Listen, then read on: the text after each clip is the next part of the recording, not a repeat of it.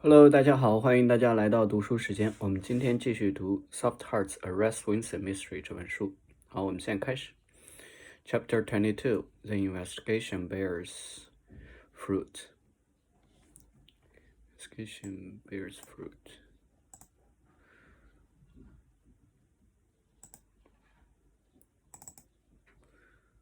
Carries the weight out. All through dinner, I was dying to talk with Daryl about the case. When Lydia and Charlie went to watch Wheel of Fortune cheesy game show doubling as language therapy, he and I stayed behind to clean up the kitchen together. It was a routine I could come to enjoy. Did Jim call and tell you about the broken window and the pills? I asked. He called me. Daryl had not been pleased to learn that Jim had held back the information. However, the pastor doesn't have a motive, he added. Actually, he might. I shared how I had interrupted Jim struggling to write a devotional book and how one of his parishioners said he was a terrible sermon writer when he first arrived at their church.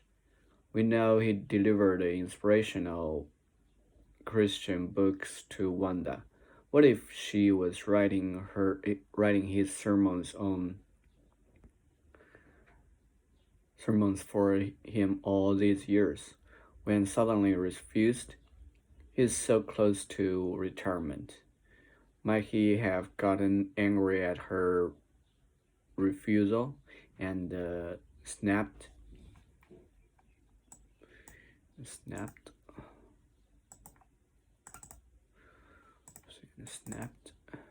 Break suddenly and completely. Take a snapshot. Quick backward movement. Break. Suddenly lose one's self-control. Correct. But she was an atheist. She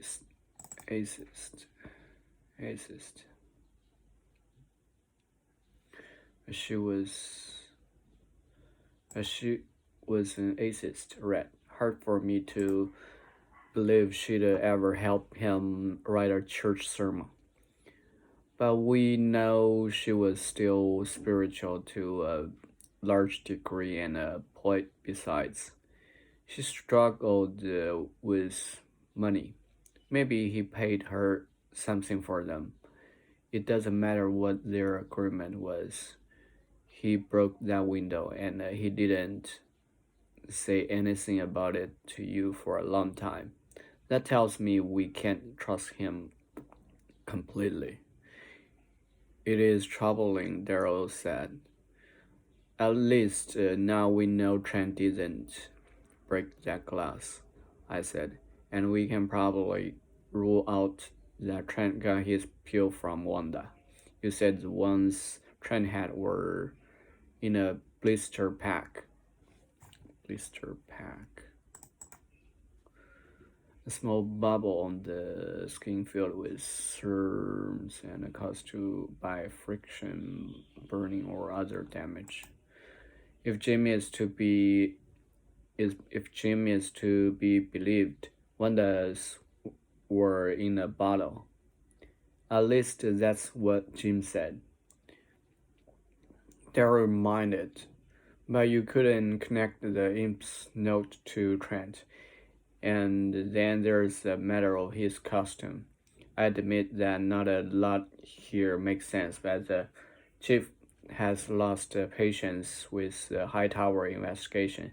He wants something to happen. Once again, a worried look came over Daryl's expression. He asked the judge for a warrant to search Otis Jones' property. To look for what? Evidence Otis may have found when he was collecting rubbish in the alleyway.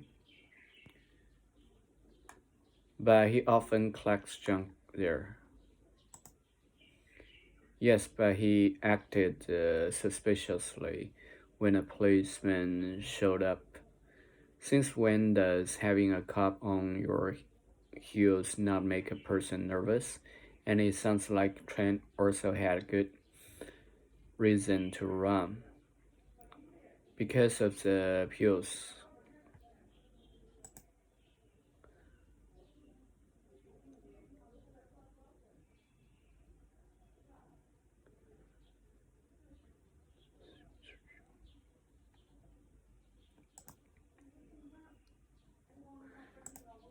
We had fun when he was collecting rubbish.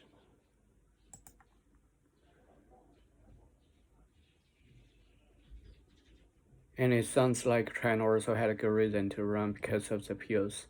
I'm not meaning any offense, Daryl, but the chief just seems determined to connect these two somehow so he can close the case. I know it's not much, but it's the best we've got. It's going to take hours to search Otis' packed studio, you know that, and it's going to upset Otis terribly. It, it can't be helped, Daryl said, appearing torn.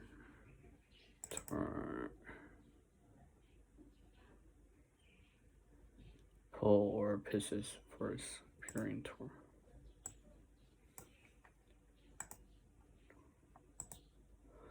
I probably shouldn't have said anything. Don't tell anyone, it might not happen anyway. I had promised Augusta to keep her informed of what I knew regarding Trent's case. I couldn't, in good conscience,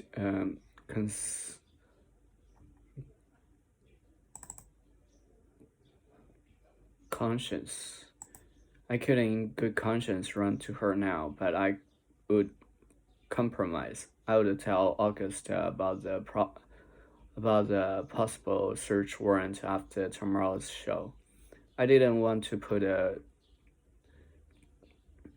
damper on her grandfather's biggest day yet as an artist, his day.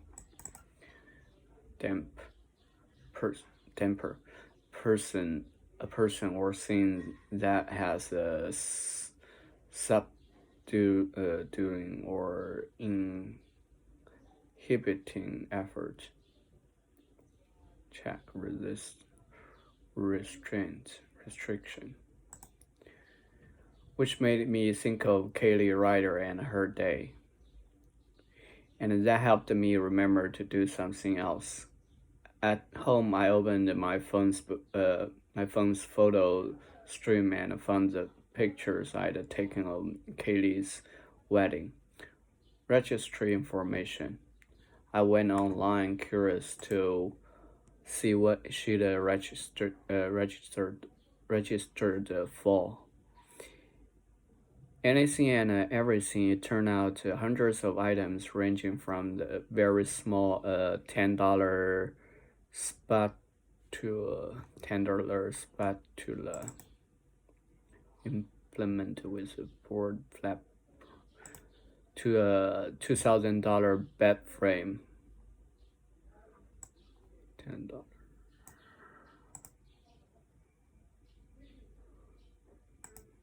Spatula.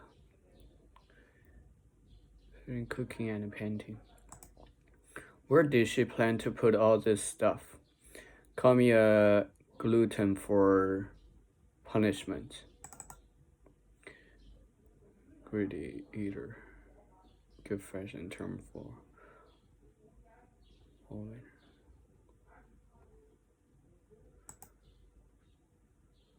I poured myself a glass of wine and meticulously began scrolling through every one of her bridal registries.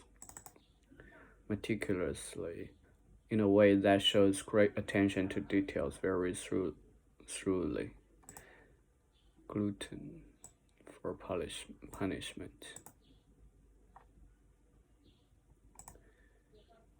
I wasn't halfway through the first glass when one item in particular stood out from the others. I stared at it long and hard. The longer I stared, the more excited I felt. I could share my discovery with Daryl. Either he'd be super impressed and see me in a new light, or he'd wave it off and consider me a silly fool. I needed to keep this one to myself, at least for now. If only I could figure out what it meant. Around midnight, I was awakened by police lights flickering through the windows. My first thought was that some harm had come to Cynthia. Had Dennis struck again? Louis' loud voice from outside drew me down Lydia's stairs to the front door, where I looked outside and saw two police cars parked not in front of Cynthia's house, but in front of Skip and Stuart's.好，谢谢大家，我们今天先读到这里吧，那我们下次再见了，拜拜。